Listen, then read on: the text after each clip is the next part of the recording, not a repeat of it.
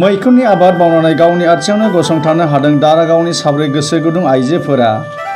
मैखुन आबाद मावनानै गावनि आथिङावनो गसंथानो हादों बाक्सानि साब्रै गोसो गुदुं आइजोफोरानो जादों मधुरि रामसियारि, शर्मिला दैमारि, मनिका बर' आरो बाजुश्री बर'। न'आ जादों बाक्सा जिल्लानि भारत-भुटान सिमना सेराव थानाय दारागावआव। मख'जाथावना दि दारागावआव थानाय मिथिंगा संरैखाथि फसंथान मानास दारागाव इक' टुरिजम ससाइटि (एनजिअ) नि आफादगिरि अमरज्योति हाजरिकानि गेजेरजों आरो मानास मावजि गेन्द्रि इक' टुरिजम ससाइटिनि हेफाजाबाव सिमलायाव मैखुन आबाद मावनायनि सायाव सोलोंथाइ लानानै मैखुन आबाद मावनो लानाय बै साब्रै आइजोफोरा आथिखालाव मोनसे मैखुननि फार्म बानायनो हादों। गिबि समाव मोननैसो मैखुननि सिलिन्डारजों जागायजेननाय आइजोफोरनि मैखुननि फार्माव आथिखालाव 300निबो गोबांसिन सिलिन्डार दं। बे मैखुननि सिलिन्डारनिफ्राय सप्ताफायाव 300 केजिनिबो गोबांसिन मैखुन दिहुननो हानाय आइजोफोरा मैखुन फाननानै गोबां रां खामायनो हानायजों लोगोसे न'खरखौबो दैदेननो हादोंसै। एरैहाय बै आइजोफोरा गावसोरनि दिहुनजानाय मैखुनफोरखौ जिल्लानि निखासि, भुटानकुथि, धिरा, दारागाव बायदि बायदि ओनसोलफोराव फानहैनायजों लोगोसे गोबाङानो न'आवनो फैनानैबो मैखुनफोरखौ लांफैयो होननानै आइजोफोरा फोरमायथिबावदों।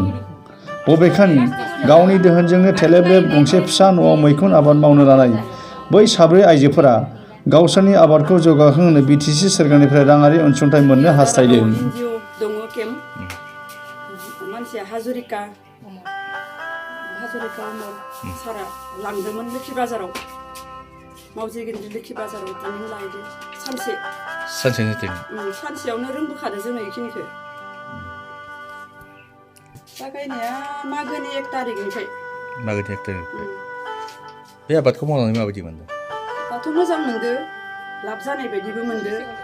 दा न'आसो फिसा जादो, दा न'आबो मानसि थानायसोमोन नालाय, दा एसे अहल बहल मोनबोला बानायबावनो सानदोंमोन। दा दस' न'फोराबो फैसा थाखाफोरनि थाखायनो दा एसे जानानै दा दोनथ'यो।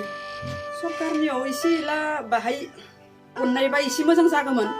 होमबानिया जों गोसो गुदुं जानानै आरो गोबां बानायनो सानबावदोंमोन। साबैसे आइजोफोरा लादों सार? दा जोङो 6 जन। मा नाम?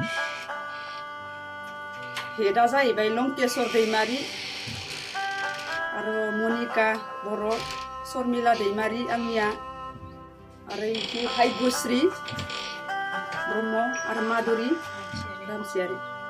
बबाव फानो नोंसोर दा बेखौ? फाननाया निकासि बाजारबा लाङो आरो गामियावबो बयबो लांफैलायबाय थायो। आरो जोंहा दिहिरा होननाय दङ, निकासि दिहिरा, बेखौ बयबो मिथिगौ। बेयाव फानहैबाय थादो। दा नांबावगौ जादो, दा जों बानायख'नोसो हायाखै। केजि फायाव बेसेबां खरि फानो? केजि 200यैनो होथ'दो दा। 200 खरि। दा जों होनदो नोंसोर जुदि गोसो दङबा जों ट्रेनिं लाना नोंसोरखौबो फोरोंगोन, नोंसोरबो बानायगोन होनदो र'। ग्रुप दा होनदो जोङो, ग्रुप नङाबा जाया खामानिया, हारसिं हालानि खामानि नङा। ओरैनो 6 जन 7 जन गोबांद्रायबाबो मोजां नङा।